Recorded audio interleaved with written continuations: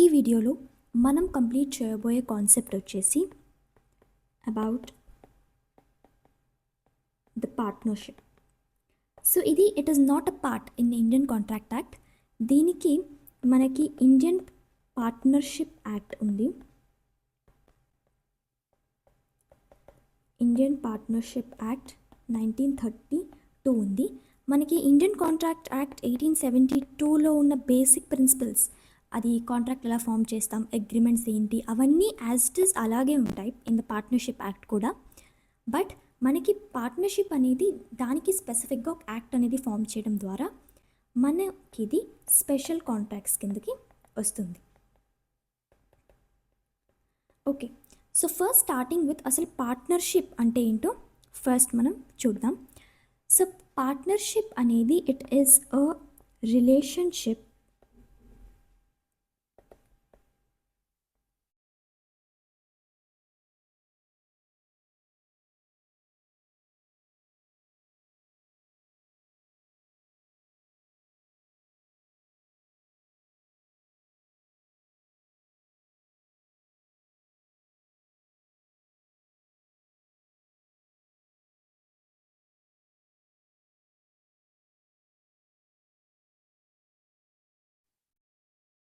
created by an agreement between two or more persons who agree to carry on a lawful business and earn profit. So దీంట్లో ఏంటంటే ఒక ఇద్దరు లేకపోతే అంతకంటే ఎక్కువ మంది ఒక దగ్గరికి జాయిన్ అయ్యి వాళ్ళు ఒక లాఫుల్ బిజినెస్ అనేది చేద్దాం అనుకున్నప్పుడు అండ్ వాళ్ళు ప్రాఫిట్ ఎర్న్ చేసే ఒక మోటోతో అది చేద్దాం అనుకున్నప్పుడు it becomes a formation of a partnership. So అలాంటి రిలేషన్ ఉన్నదాన్ని మనం పార్ట్నర్షిప్ అని అంటాం. సో ఇది మనకి ఇండియన్ పార్ట్నర్షిప్ యాక్ట్ 1932 కిందకి వస్తుంది.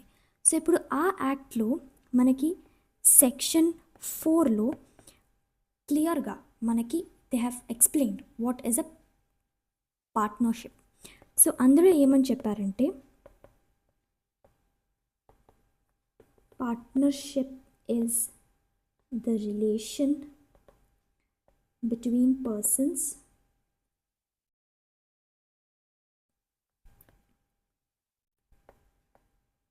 who have agreed to share the profits of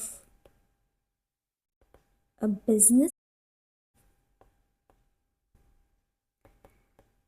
carried on by all or any of them acting for all. So ఇందులో ఏమని మెన్షన్ చేశారు in section 4 of Indian partnership act అంటే partnership is a relation between persons who have agreed to share the profits of a business carried on by all or either any one of them. So ఎప్పుడైతే ఒక group of people కలిసి ఒక lawful business చేస్తారో in a motto to earn profit, వాళ్ళు ఆ business చేయడానికి either అందులో ఉన్న ఒక్కరైనా ఆ బిజినెస్ అంటే చూసుకోవచ్చు, లేకపోతే అందరూ కలిసి అయినా బిజినెస్ అనేది చూసుకోవచ్చు. సో ఎవరు చూసుకున్నా సరే అది ఫామ్ ఒక గ్రూప్గా ఫామ్ అయ్యి వాళ్ళు ఒక బిజినెస్ రన్ చేసి ప్రాఫిట్స్ ఎర్న్ చేసి దాన్ని షేర్ చేసుకుంటున్నారు అన్నప్పుడు అది మనకి పార్ట్నర్షిప్ కిందకి వస్తుందో. సో ఎవరైతే పర్సన్స్ ఇందులో మెన్షన్ చేసిన పర్సన్స్ ఎవరైతే ఉన్నారో వాళ్ళని పార్ట్నర్స్ అని అంటారు. సో పార్ట్నర్షిప్లో ఎవరైతే పర్సన్స్ ఇన్వాల్వ్ అయి ఉన్నారో మెంబర్స్ వాళ్ళని మనం పార్ట్నర్స్ అని అంటాం. అండ్ ఈ పార్ట్నర్స్ అందరినీ కంబైన్ చేసి వాళ్ళకి ఇచ్చిన ఒక వర్డే firm. So partners group of all collectively అందరు పార్ట్నర్స్ని కలిపి ఫర్మ్ అని అంటాం. సో ఇప్పుడు వీళ్ళు చేసే బిజినెస్ ఏ పేరు మీద చేస్తున్నారు, సో వాళ్ళు చేసే బిజినెస్ ఒక నేమ్ అంటూ ఉంటుంది కదా, ఆ నేమ్ని మనము ఫర్మ్ నేమ్ అని అంటాం. Okay, so these are the important things you need to remember that ఇది మనకి సెక్షన్ 4లో మెన్షన్ చేశారు అబౌట్ పార్ట్నర్షిప్. అండ్ ఎవరైతే ఉన్నారో పర్సన్స్ ఇన్వాల్వ్ అయి ఉన్నారో పార్ట్నర్షిప్లో వాళ్ళని పార్ట్నర్స్ అని అంటారు. అండ్ గ్రూప్ ఆఫ్ పార్ట్నర్స్ని మనము ఆల్ ద పార్ట్నర్స్ టుగెదర్ ఆ పార్ట్నర్షిప్లో ఉన్న వాళ్ళని ఫర్మ్ అని అంటాము. అండ్ ఏ పేరు మీద అయితే వాళ్ళు బిజినెస్ కండక్ట్ చేస్తున్నారో దాన్ని మనము ఫర్మ్ నేమ్ అని అంటాం. సో మనకి ఈ పర్టిక్యులర్ పార్ట్నర్షిప్ అనే దానికి ఒక సపరేట్ లీగల్ ఐడెంటిటీ, అంటే ఇప్పుడు ఒక కంపెనీకి ఎలా అయితే ఐడెంటిటీ ఉంటుందో అలా మనకి పార్ట్నర్షిప్ ఒక సపరేట్ లీగల్ ఎంటిటీ, ఒక పర్సనాలిటీ లాగా ఏమీ ఉండదు. ఈ పార్ట్నర్షిప్ ఏదైనా లీగల్ ప్రాబ్లం వస్తే it is directly link to the partners. So అందులో ఉన్న పార్ట్నర్స్ అందరికీ అది ఎఫెక్ట్ అవుతుంది, ఎందుకంటే it's not like a company. So కంపెనీలో ఎప్పుడైతే అలా జరుగుతుందో ఇట్ ఈస్ లైక్ కంపెనీ ఒక లీగల్ ఎంటిటీగా చూస్తారు. బట్ పార్ట్నర్షిప్లో it is not like that. దాంట్లో ఏదైనా డిఫాల్ట్ ఏదైనా ప్రాబ్లం ఉంటే మనము డైరెక్ట్గా it links to the people in that partnership. Okay, so now moving to the very important one, that is the essential elements of a partnership. So పార్ట్నర్షిప్లో ఉండాల్సిన essential elements ఏంటి అంటే, the first basic one is మనకి ఇద్దరు లేదా అంతకంటే ఎక్కువ మంది ఉండాలి. Okay, so minimum two minimum 2 people are required. ఒక పర్సన్ ఉంటే అది పార్ట్నర్షిప్ అవ్వదు. అండ్ మనకి మ్యాక్సిమం ఎంత ఉండాలి అంటే, ప్రజెంట్ మనకి బ్యాంకింగ్ బిజినెస్ కనుక చేస్తుంటే 10 మంది, అండర్ ఓల్డ్ లా మనకి ఓల్డ్ పొజిషన్ ప్రకారం మ్యాక్సిమం ఇన్ బ్యాంకింగ్ సెక్టర్ 10 మంది, అండ్ ఇంకేదైనా బిజినెస్ చేస్తే మ్యాక్సిమం 20 మెంబర్స్ అనేది ఉండొచ్చు. బట్ ప్రెజెంట్లీ మనం కనుక కంపెనీస్ యాక్ట్ కనుక చూస్తే, కంపెనీస్ యాక్ట్ ఆఫ్ 2013లో చూస్తే associations beyond the prescribed limit must generally registered as companies. So ఇప్పుడు పార్ట్నర్షిప్ కనుక వాళ్ళు అవ్వాలి అంటే వాళ్ళకి బ్యాంకింగ్ సెక్టర్లో రన్ చేసే వాళ్ళు మ్యాక్సిమం పార్ట్నర్స్ వాళ్ళకి 10 మెంబర్స్ ఉండాలి. అదర్ బిజినెసెస్లో వాళ్ళకి 20 మెంబర్స్ ఉండాలి. అంతకంటే ఎక్కువ కనుక ఉన్నారు అంటే అప్పుడు వాళ్ళు కంపెనీస్ కింద అండర్ ది కంపెనీస్ యాక్ట్ వాళ్ళు దాన్ని కంపెనీ కింద రిజిస్ట్రేషన్ చేసుకోవాలి. Okay, so minimum 2 members and maximum banking సెక్టర్లో అయితే 10 మంది అండ్ నాన్ బ్యాంకింగ్ సెక్టర్లో అయితే 20 మెంబర్స్ అనేది మనకున్న essential elements, the first essential element. The next one ఏంటంటే అగ్రిమెంట్. సో ఆ పర్సన్స్, ఆ పార్ట్నర్స్ ఎవరైతే ఉన్నారో వాళ్ళ మధ్య అగ్రిమెంట్ అనేది అయి ఉండాలి. సో అగ్రిమెంట్ పార్ట్నర్షిప్ ఎప్పుడు ఎరైజ్ అవుతుంది, అగ్రిమెంట్ ఫామ్ అయినప్పుడే పార్ట్నర్షిప్ అనేది వస్తుంది. సో మనకి పార్ట్నర్షిప్ అనేది ఏదర్ బర్త్తో కానీ, ఇన్హెరిటెన్స్తో కానీ, స్టేటస్ వల్ల కానీ రాదు. పార్ట్నర్షిప్ అలా వచ్చేది కాదు. So partnership can either be ఓరల్గా అయినా వాళ్ళ మధ్య అగ్రిమెంట్ జరిగి ఉండాలి, రిటర్న్కైనా జరిగి ఉండాలి, లేకపోతే ఇంప్లాయిడ్ అయినా వాళ్ళ అగ్రిమెంట్ అనేది ఇంపార్టెంట్. సో మనకి సెక్షన్ 5లో మెన్షన్ చేశారు that partnership will not arise from status. So ఆ పర్టికులర్ పర్సన్ యొక్క స్టేటస్ వల్ల పార్ట్నర్షిప్ అనేది అరైజ్ అవ్వదు. Agreement is very very important. And third one ఏంటంటే వాళ్ళు ఒక లాఫుల్ బిజినెస్ చేయడానికే వాళ్ళు పార్ట్నర్స్గా ఫామ్ అవ్వాలి. They have to do a lawful business. Illegal businesses చేస్తే అది వాళ్ళకి వ్యాలిడ్ పార్ట్నర్షిప్ కిందకి రాదు. And the fourth one is sharing of profits. Sharing of profit, వాళ్ళకి ఒక పార్ట్నర్షిప్ ఫామ్ అయ్యి ప్రాపర్గా ప్రాఫిట్స్ కనుక షేర్ చేసుకున్నప్పుడు అది ప్రాపర్ పార్ట్నర్షిప్ కిందకి వస్తుంది. సో వాళ్ళు ప్రాఫిట్స్ షేర్ చేసుకోవడానికి ఖచ్చితంగా ఒప్పుకుంటేనే అది పార్ట్నర్షిప్ కిందకి వస్తుంది. లాసెస్ షేర్ చేసుకుంటారా లేదా అనేది అది కంప్లీట్గా వాళ్ళ ఇష్టం. సో అది లాలో మనకి కంపల్సరీగా ఏం మెన్షన్ చేయలేదు దట్ లాస్ కూడా వాళ్ళు షేర్ చేసుకోవాలని. వాళ్ళు ముందు అగ్రిమెంట్ చేసుకుంటారో దాని ప్రకారమే they have to follow. But profits మాత్రం కంపల్సరీగా they have to share. And the fifth one, the most important one ఏంటంటే మ్యూచువల్ ఏజెన్సీ. మ్యూచువల్ ఏజెన్సీ ఇది చాలా చాలా ఇంపార్టెంట్. అదేంటంటే ఈ పార్ట్నర్షిప్లో ఉన్న ప్రతి పార్ట్నర్ ఈజ్ యాన్ ఏజెంట్. వాళ్ళు ఒక agent as well as the principal. So ఆ పర్టిక్యులర్ ఫర్మ్కి వాళ్ళు ఏజెంట్ అండ్ వాళ్ళు ప్రిన్సిపల్గా కూడా వర్క్ చేస్తారు. సో ఒక పార్ట్నర్ చేసినకి ఎంటైర్ పార్ట్నర్స్ అందరికీ ఎఫెక్ట్ అనేది ఉంటుంది. సో ఇదే మనకి the real test of a partnership. ఎందుకు అంటే ఇప్పుడు for suppose A, B and C ఒక ఫర్మ్లో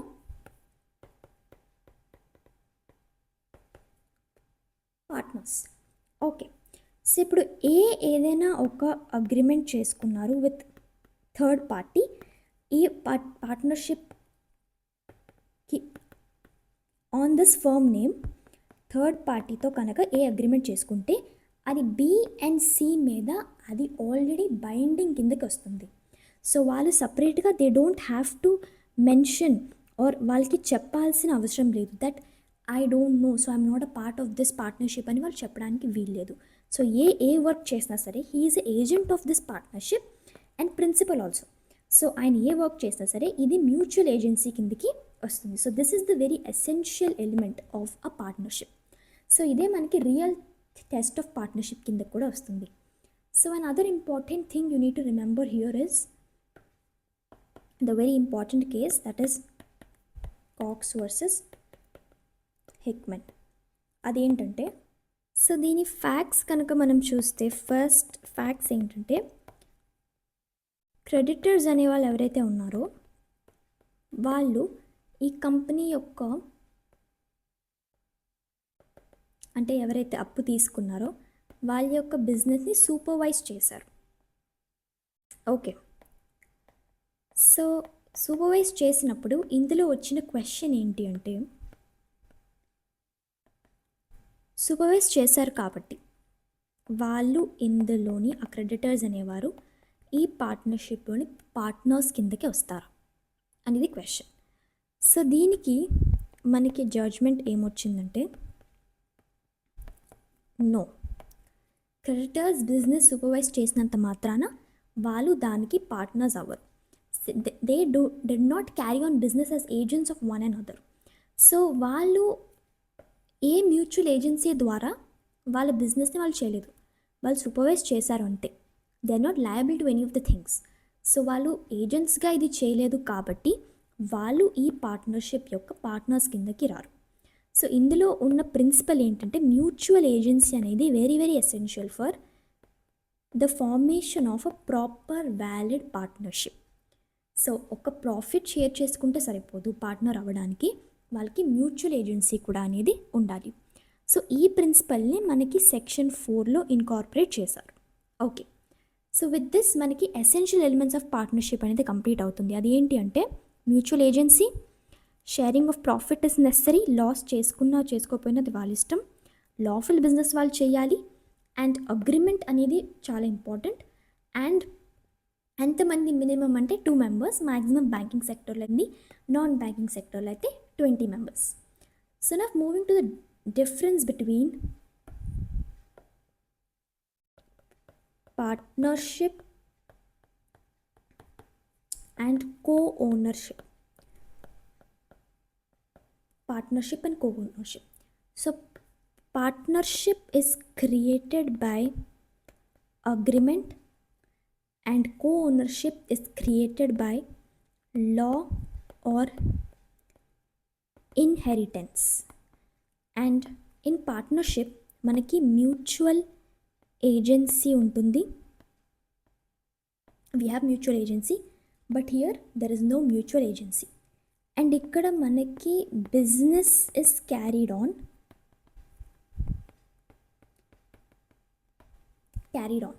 కానీ ఇక్కడ ఓన్లీ మియర్ ఓనర్షిప్ అనేది ఉంటుంది. ఇక్కడ ఏ బిజినెస్ కానీ అలా ఏమీ వాళ్ళు చేయరు. ఓకే, అండ్ ఇది మనకి ప్రాఫిట్ మోటివ్, ప్రాఫిట్ రావడానికి చేస్తారు.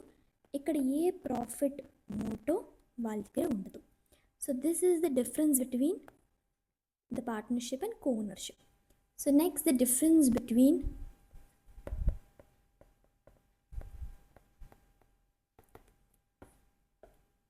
partnership and company ఏంటి అంటే,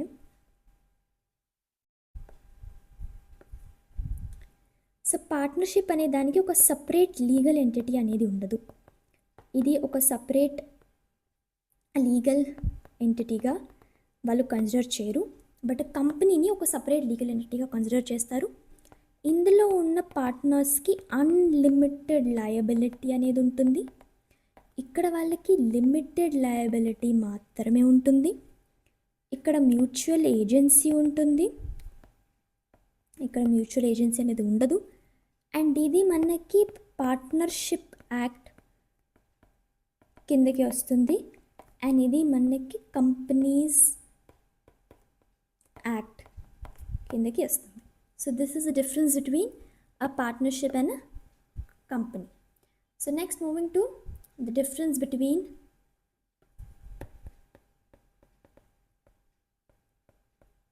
partnership and Hindu joint family. Okay, so ఈ పార్ట్నర్షిప్ అనేది మనకి అగ్రిమెంట్ ద్వారా ఫామ్ అవుతుంది. Agreement is very very important. ఇక్కడ మనకి బర్త్, హిందూ జాయింట్ ఫ్యామిలీలో బర్త్ ద్వారా మీరు దానిలో మెంబర్ అవుతారు. అండ్ ఇది మనకి హిందూలో కిందకి వస్తుంది. ఇది మనకి పార్ట్నర్షిప్ యాక్ట్ కిందకి వస్తుంది. ఇక్కడ మనకి మ్యూచువల్ ఏజెన్సీ అనేది ఉంటుంది. అండ్ హియర్ మనకి కర్త అని అన్నీ మేనేజ్ చేస్తారు. ఓకే, అండ్ ఇక్కడ మనకి వాలంటరీగా వాళ్ళు జాయిన్ అవ్వాలంటే అగ్రిమెంట్ ద్వారా జాయిన్ అవుతారు.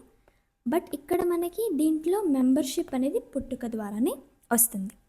Okay, so Hindu joint family అంటే ఏంటి అసలు? సో హిందూ జాయింట్ ఫ్యామిలీ అంటే మనకి కామన్ యాన్సిస్టర్ ఉంటారు అండ్ వాళ్ళ యొక్క బిజినెస్ని కర్త అనేవాళ్ళు చూసుకుంటారు. సో ఇది మనకి స్టేటస్ ద్వారా ఫామ్ అవుతుంది. పుట్టుకతోని మెంబర్షిప్ వస్తుంది, హిందూలో కిందకి వస్తుంది. అండ్ కర్త అనేవాళ్ళు దీంట్లోని మనకి business head of the family కిందకి వస్తారు. కో పార్ట్నర్స్కి మనకి రైట్ బై బర్త్ ఉంటుంది. Minors can also become a co partner. So ఇది మనకి ఇంపార్టెంట్ ఆస్పెక్ట్స్. సో దీంతో మనకి ఇంపార్టెంట్ డిఫరెన్సెస్ని మనం చూసాము. That partnership, Hindu joint family, partnership in a company, partnership and co-ownership. So now moving on to the other important concept, that is the kinds of partners. So పార్ట్నర్స్లో మనకి ఎన్ని kinds of partners, ఎవరెవరు ఎలా partners అవుతారని చూద్దాం. So the first important one, usual one is active partner. So active partner అంటే వాళ్ళు management ప్రాపర్గా చూసుకుంటారు, అన్లిమిటెడ్ లయబిలిటీ మెయింటైన్ చేస్తారు, and he is an agent of the firm. Okay, second kind of partner వచ్చేసి sleeping partner or the dormant partner అని అంటారు. So ఇది ఏంటంటే వాళ్ళు క్యాపిటల్ మాత్రమే ఇన్వెస్ట్ చేస్తారు. మనీ అనేది ఆ కంపెనీలో ఇన్వెస్ట్ చేస్తారు. ఆ కంపెనీ యొక్క విషయాల్లో వాళ్ళ పార్టిసిపేషన్ అనేది ఉండదు. సో వాళ్ళు ప్రాఫిట్ మాత్రమే షేర్ చేసుకుంటారు. వాళ్ళు కంపెనీ యొక్క విషయాలు జోక్యం చేసుకోరు.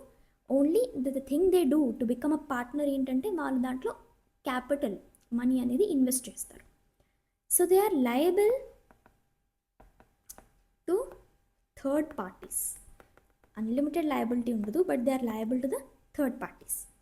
నెక్స్ట్ కైండ్ ఆఫ్ పార్ట్నర్ వచ్చేసి నామినల్ పార్ట్నర్.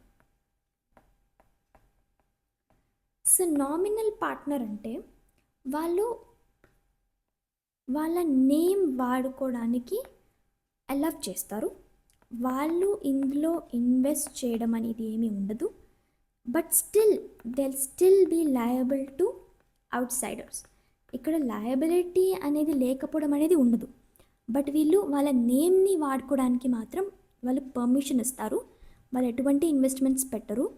బట్ వాళ్ళు అవుట్ సైడర్స్కి లయబుల్గా ఉంటారు. ఇది మనకి నామినల్ పార్ట్నర్స్ కిందకి వస్తారు. And partners in profit only.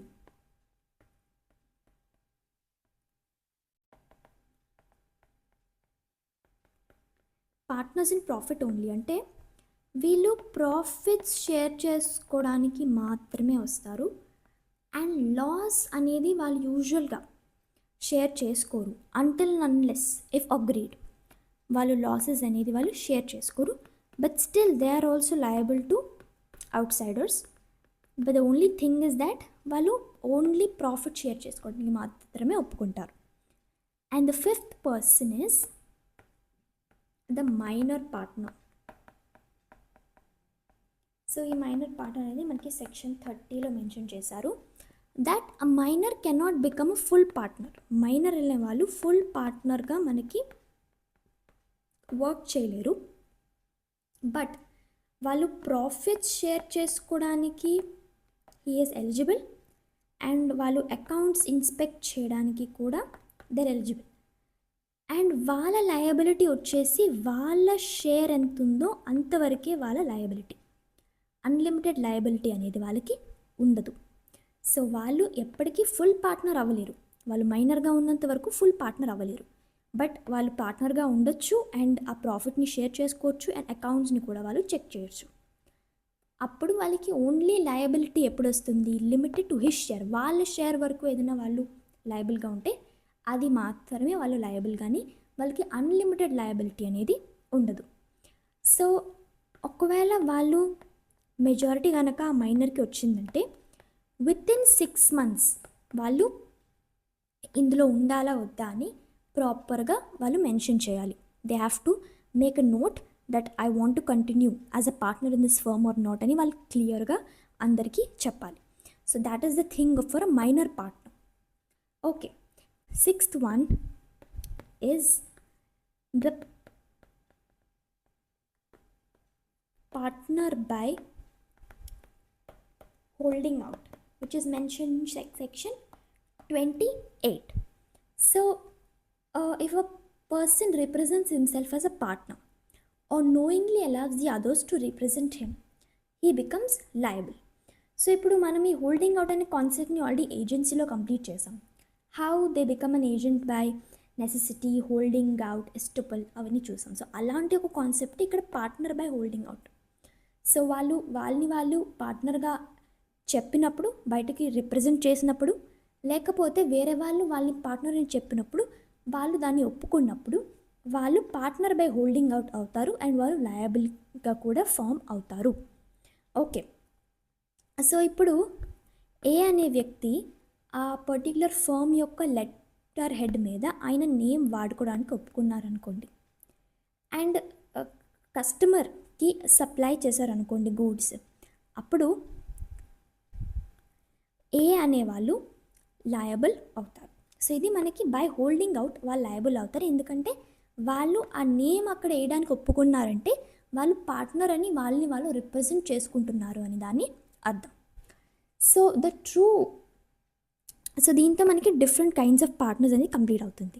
So the important thing is the true test of a partnership.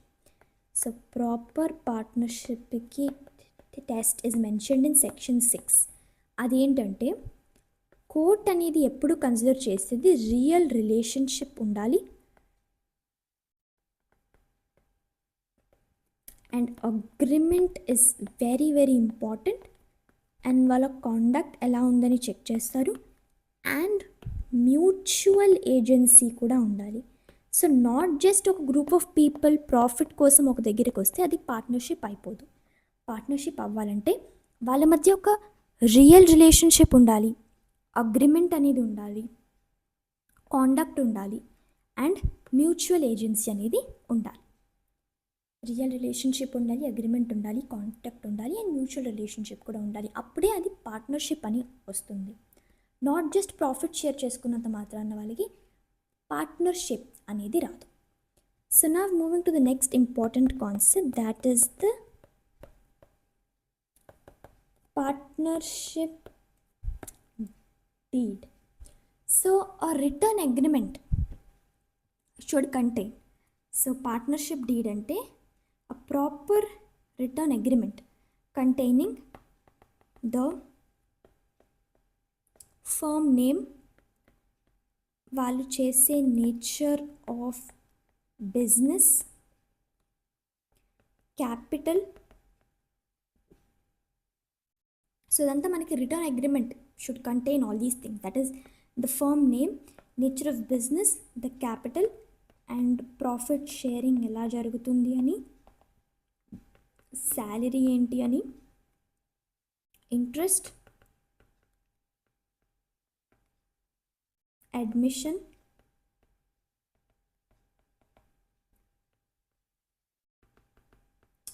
Retirement, and the resolution of that firm. So ఇది compulsory కాదు, that you don't have to always do a partnership deed, but చేసుకుంటే మంచిది, but ఇదేం compulsory మాత్రం అవ్వదు. Okay, so the important thing is the registration of a firm. Registration of a firm which is mentioned in sections 56 to 71. So registration అనేది ఆప్షనలే, it's not compulsory in the partnership. కానీ registration చేసుకోకపోతే కొన్ని serious consequences అనేవి ఉంటాయి. But it's important to note that this is optional only, not compulsory. Okay, so procedure ఏంటి in order to register a firm అంటే, you need to first application to the registrar. ఏమని apply చేయాలి? With your firm name, the principal place, other places, the names of partners, addresses and date of joining. And ఇది మీరు sign చేసి verify చేసి వాళ్ళకి ఇవ్వాలి. And register అనేవారు ఆ డీటెయిల్స్ అని ఎంటర్ చేసి మనకి సర్టిఫికేట్ అనేది ఇష్యూ చేస్తారు. So this is the procedure for the registration of a firm. So ఇది మీరు అంతగా గుర్తుపెట్టుకోవాల్సిన అవసరం లేదు, but still you need to have a quick review of this. You need to know what's actually happening.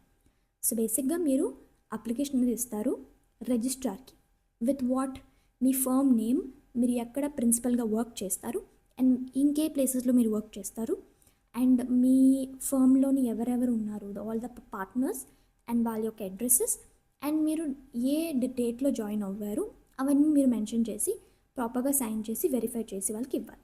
So ఇది మనకి register అనే వ్యక్తి అది కూడా వెరిఫై చేసి వాళ్ళు ఈ డీటెయిల్స్ని ఎంటర్ చేసి మనకి ఒక సర్టిఫికేట్ అనేది ఇష్యూ చేస్తారు. అప్పుడు మన ఫర్మ్ రిజిస్టర్ అయినట్టు. ఓకే, సో ఒకవేళ రిజిస్ట్రేషన్ కనుక, సో ఈ ప్రొసీజర్ని మనకి సెక్షన్ 58లో మెన్షన్ చేశారు. సో ఒకవేళ మీరు రిజిస్ట్రేషన్ చేసుకోలేదనుకోండి, effects of non registration are mention in section 69. So unregistered firm అనేవాళ్ళు థర్డ్ పార్టీ మీద వాళ్ళు సూ చేయలేరు, అండ్ కాంట్రాక్చువల్ రైట్స్ కోసం వాళ్ళు ఎన్ఫోర్స్ చేయలేరు, and claim set off beyond the statutory limits కూడా వాళ్ళు చేయలేరు. So partners cannot sue each other to enforce contractual rights and third party can sue the firms. So ఇదేంటంటే, ఈ ఫర్మ్ కనుక registration అవ్వకపోతే ఇందులో ఉన్న పార్ట్నర్స్ కోర్ట్కి అప్రోచ్ అవ్వలేరు, బట్ థర్డ్ పార్టీస్ వీళ్ళ మీద కోర్టులో కేసు వేయచ్చు, but these for themselves cannot sue the third party. So అది మనకి రిజిస్ట్రేషన్ చేసుకోకపోతే వచ్చే loss. So that's the reason why most of them recommend to register the firm, but ఇది ఆప్షనల్ మాత్రమే, బట్ చేసుకోకపోతే ఇది ఉన్న ప్రాబ్లమ్స్. సో రిజిస్ట్రేషన్ అనేది ఎప్పుడు రిక్వైర్డ్ కాదు. ఎక్సెప్షన్స్ ఏంటంటే, ఒకవేళ it is for the dissolution మనకి రిజిస్ట్రేషన్ అవసరం లేదు, and accounts after dissolution, insolvency procedures and small claims of statutory ఉన్నప్పుడు రిజిస్ట్రేషన్స్ అనేవి అవసరం ఉండవు in these particular cases. Okay, so now moving to the relations of partners. So what is the rights of the partners?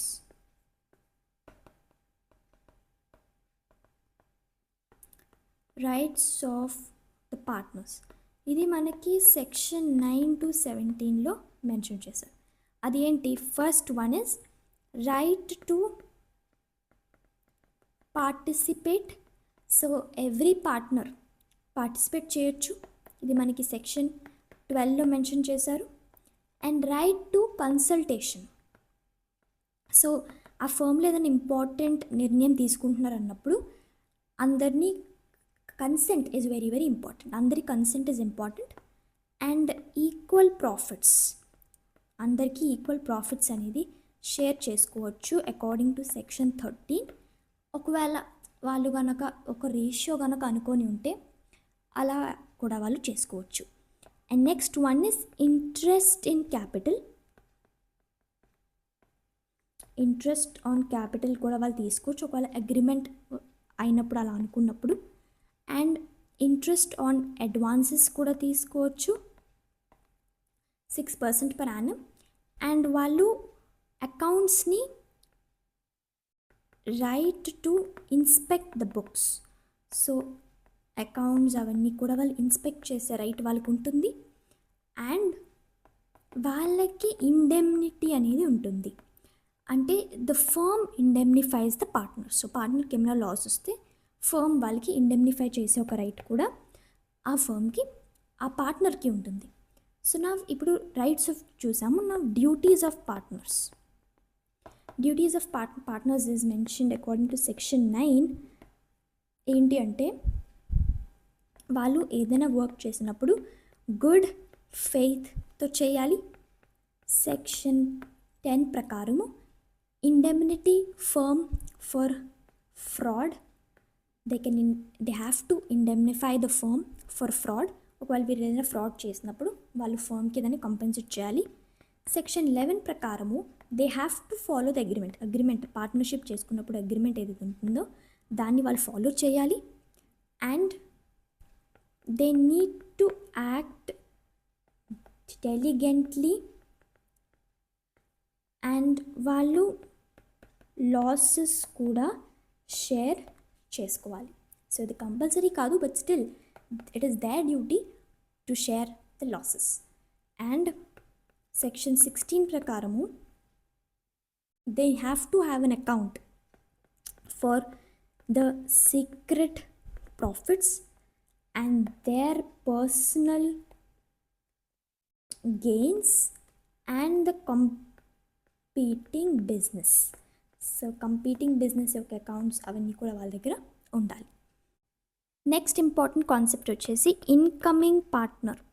So ఎవరైనా partner కనుక వచ్చినప్పుడు, కొత్తగా add అయినప్పుడు, it is mentioned in section 31 that already existing partners అందరి యొక్క consent అనేది ఉండాలి. And వాళ్ళు ముందు ఈ ఇన్కమింగ్ పార్ట్నర్ రాకముందు వచ్చిన వాటికి లయబుల్ అవ్వరు. వాళ్ళు ఎప్పుడైతే partnership with the consent of all the members join అవుతారో ఆ తర్వాత జరిగే వాటికి వాళ్ళు లయబిలిటీ అనేది ఉంటుంది. And the next thing is retirement of the partners. ఎలా జరుగుతుందంటే this is mention in section 32. అదేంటంటే వాళ్ళు ఎలా రిటైర్ అవ్వచ్చు, ఎయిదర్ వాళ్ళు అందరి పార్ట్నర్స్ యొక్క కన్సెంట్తో and according to the agreement and notice ద్వారా కూడా వాళ్ళు రిటైర్ అవ్వచ్చు. సో రిటైరింగ్ పార్ట్నర్ ఎవరైతే ఉన్నారో వాళ్ళు పబ్లిక్ నోటీస్ ఇచ్చే వరకు వాళ్ళు లయబుల్గానే ఉంటారు. సో పబ్లిక్ నోటీస్ ఇచ్చిన తర్వాతే వాళ్ళ లయబిలిటీ ఆ ఫర్మ్ నుంచి బయటకు వస్తుంది. Okay, next is expulsion of a partner which is mentioned in section 33. అది ఎప్పుడు చేయొచ్చు అంటే only if good faith express the power and the partnership deed గనక మనకి దానికోసం పర్మిట్ చేస్తే కూడా ఎక్స్పల్షన్ అనేది అవుతుంది. And next one is the insolvency. ఏంటి అంటే ఇన్సాల్వెంట్ పార్ట్నర్ ఒకవేళ ఉన్నారంటే వాళ్ళు they are no longer a partner. మనకి సెక్షన్ 34లో చెప్పారు దట్ ఇన్సాల్వెంట్ పార్ట్నర్ ఎవరైతే ఉన్నారో వాళ్ళు పార్ట్నర్ అయ్యే అవకాశం ఉండదు. ఒకవేళ వాళ్ళు పార్ట్నర్ అయి ఉన్నా సరే వాళ్ళ రైట్స్ అన్నీ సీజ్ అయిపోతాయి. అండ్ ఒకవేళ పార్ట్నర్ కనుక చనిపోయారనుకోండి, this is mentioned in section 35. ఒకవేళ ఎవరైనా చనిపోతే the partnership dissolved unless agreement states otherwise. So ఒకవేళ ఎవరైనా చనిపోయారనుకోండి వాళ్ళు ఆ పార్ట్నర్షిప్లో నుంచి బయటకు వచ్చేసినట్టే, అంటిల్ అన్లెస్ వాళ్ళు చేసుకున్న అగ్రిమెంట్లో ఇంకేదైనా కాన్సెప్ట్ ఉంటే తప్ప. ఒకవేళ ఎవరైనా చనిపోతే అదే దాని అర్థం. And transfer of interest. So partner may transfer the interest. So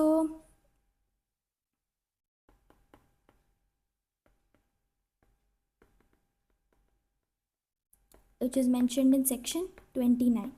so ఒక partner they can transfer their share, కానీ ఎవరికైతే ట్రాన్స్ఫర్ చేస్తారో వాళ్ళు అకౌంట్స్ ఇన్స్పెక్ట్ చేయలేరు, వాళ్ళు పార్టిసిపేట్ చేయలేరు, వాళ్ళు ఇంపార్టెంట్ ఆస్పెక్ట్స్ అప్పుడు ఇంటర్ఫియర్ కూడా అవ్వలేరు. వాళ్ళు ఓన్లీ ప్రాఫిట్స్ మాత్రమే తీసుకోగలుగుతారు. Okay. So next important concept is the dissolution, అంటే పార్ట్నర్షిప్ని ఎలా క్లోజ్ చేయాలి. సో పార్ట్నర్షిప్ అంటే the termination of the partnership relationship. ఇందులో ఉన్న మోడ్స్ ఏంటంటే మనకి we can do it by agreement ద్వారా ఫామ్ని వాళ్ళు టర్మినేట్ చేయొచ్చు, which is mentioned in section 40. అందరు పార్టీస్ కనుక ఒప్పుకుంటే ఇది అవుతుంది. అండ్ కంపల్సరీగా చేయాల్సి వస్తుంది. అది ఎప్పుడు వాళ్ళు ఇల్లీగల్ బిజినెస్ చేసినప్పుడు, లేకపోతే బ్యాంక్రప్ట్ అయిపోయినప్పుడు ఆబ్వియస్గా వాళ్ళు చేయాలి, అప్పుడు కూడా అది అవుతుంది. And the next one is the contingencies which is mentioned in section 42. అంటే ఎక్స్పైరీ అయిపోయినప్పుడు, లేకపోతే వాళ్ళు అగ్రిమెంట్ రాసుకున్న పర్టికులర్ స్పాన్ అనేది కంప్లీట్ అయినప్పుడు, ఎవరిని చనిపోయినప్పుడు, లేకపోతే బ్యాంక్రప్ట్ అయినప్పుడు. అండ్ నోటీస్ ద్వారా కూడా వాళ్ళు దాన్ని టర్మినేట్ చేయొచ్చు. అది అట్ విల్ రిటర్న్ నోటీస్ కనుక ఇస్తే అది చేయొచ్చు. And the next one is by court కూడా పర్టికులర్ ఫామ్ని టర్మినేట్ చేయొచ్చు. ఏ బేసిస్ మీద అంటే వాళ్ళు ఇన్సానిటీ అయినా, లేకపోతే పర్మనెంట్ ఇన్కెపాసిటీ ఉన్నా, వాళ్ళు మిస్కాండక్ట్ చేసినా, లేకపోతే పర్సిస్టెంట్గా బ్రీచ్ చేస్తూ ఉన్నా, ట్రాన్స్ఫర్ ఆఫ్ ఇంట్రెస్ట్ ఉన్న, లాసెస్ ఉన్నా, లేకపోతే జస్ట్ ఇన్ ఈక్విటబుల్ రీజన్స్ ఏమైనా ఉన్నా సరే కోర్ట్ కూడా దాన్ని టర్మినేట్ చేయొచ్చు. సో సెటిల్మెంట్ ఆఫ్ అకౌంట్స్ అనేది ద ఇంపార్టెంట్ కాన్సెప్ట్. అది ఎప్పుడు అంటే ఆర్డర్ ఎప్పుడు అంటే losses should be paid, capital అనేది రిటర్న్ ఇచ్చేయాలి, సర్ప్లస్ అనేది ఎవరికి వాళ్ళకి ఇచ్చేసినప్పుడు దాన్ని మనము సెటిల్మెంట్స్ ఆఫ్ అకౌంట్స్ అని అంటాం. అంటే ఏంటంటే లాసెస్ ఏవైతే ఉన్నాయో అవన్నీ కట్టేసి, క్యాపిటల్ ఏదైతే ఉందో ఏ పార్ట్నర్కి ఎంత క్యాపిటల్ ఎవరు అంత ఇచ్చేసి, ఏదైనా ఎక్సెస్ ప్రాఫిట్ సర్ప్లస్ ఏమైనా ఉంటే దాన్ని అమాంగ్ ద పార్ట్నర్స్ కనుక చేసేస్తే దాన్ని సెటిల్మెంట్స్ ఆఫ్ అకౌంట్స్ అని అంటాం. Okay. So liability after the dissolution, so firm dissolve చేసేసిన తర్వాత ఎవరికి లయబిలిటీ ఉండదు. అంటిల్ ద పబ్లిక్ నోటీస్ ఇచ్చినంత వరకు వాళ్ళు లయబుల్, అది ఇచ్చిన తర్వాత ఎవరికి లయబిలిటీ అనేది ఉండదు. ఓకే. సో ఇప్పుడు వరకు మనం కంప్లీట్ చేసింది how to terminate a partnership, ఆ పార్ట్నర్స్ ఎవరెవరు ఉంటారు, and the rights and duties, అసలు పార్ట్నర్షిప్ అంటే ఏంటి, ఇవన్నీ మనం కంప్లీట్ చేసాం. సో ఇందులో చూసిన ఇంపార్టెంట్ కేస్ లాస్ ఏంటి అంటే మనకి కాక్స్ అండ్ హెక్మన్ కేసులో మనం స్టడీ చేసాము. అదర్ ఇంపార్టెంట్ కేస్ లాస్ ఏంటి అంటే Mollwo March and Co versus the Court of Wards and the commissioner of income tax versus R M Chidambaram Pillai which is 1977 supreme court case. So ఇవి మీరు కనుక చదువుకుంటే it will be fine. Okay. So once again quick review of all the sections. So section 4లో మనకి partnership అంటే ఏంటో చెప్పారు. Section 5లో partnership అనేది మనకి కాంట్రాక్ట్ వల్లే వస్తుంది, స్టేటస్ వల్ల రాదు. అకార్డింగ్ టు సెక్షన్ 6 మనకి mutual agency is required. And section 9లో general duties of partner, and 11లో mutual rights and duties by contract, 12లో కాండక్ట్ ఆఫ్ బిజినెస్, 13లో మ్యూచువల్ రైట్స్, 16లో పర్సనల్ ప్రాఫిట్స్, 18లో the partner as an agent of firm, section 19 implied authority of the partners, section 29 holding out, section 28 holding out, section 29 transfer of partners interest, section 30 minor admitted to benefits, section 31 admission of a partner, section 32 retirement of a partner, section 33 expulsion of a partner, section 34 insolvency of a partner, section 35 the effect of the death of a partner, section 40 to 44 how to terminate a firm, section 45 the liability after the dissolution, section 48 settlements of accounts, section 55 the goodwill, section 58 registration of a firm, section 69